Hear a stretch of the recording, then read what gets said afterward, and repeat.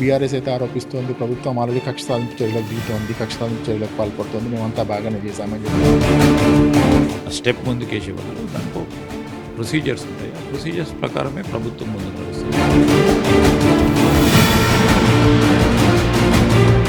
సోనియా గాంధీ ఇక్కడి నుంచి పోటీ చేయాలని చెప్పి ముఖ్యమంత్రి గారు పర్సనల్గా వెళ్ళి ఆమెను రిక్వెస్ట్ చేయడం కూడా జరిగింది. ఈరోజు అందరికీ సంబంధించిన ఒక సమాలోచన వారి ముందర పెట్టడం జరిగింది. నిధుల సమీకరణ కొంచెం ఇబ్బందికరంగా మారేటువంటి అవకాశం ఉంది. నిధులు ఏ విధంగా దుర్వినియోగమైనాయి, నిధులు లేకుండా పోయినాయి. కాంగ్రెస్ ప్రభుత్వం వచ్చిన తర్వాత అంటే ప్రజల్లో ఉండేటువంటి రకరకాలైనటువంటి అపోహలు, రకరకాలైనటువంటి ఇన్సెక్యూరిటీస్ ఉంటాయి. అనేక అనుమానాలు ఉంటాయి జనానికి. అనేక అంశాలపై ఏ విధంగా ప్రభుత్వం నడుస్తుందని వేచి చూస్తూ ఉంటారు.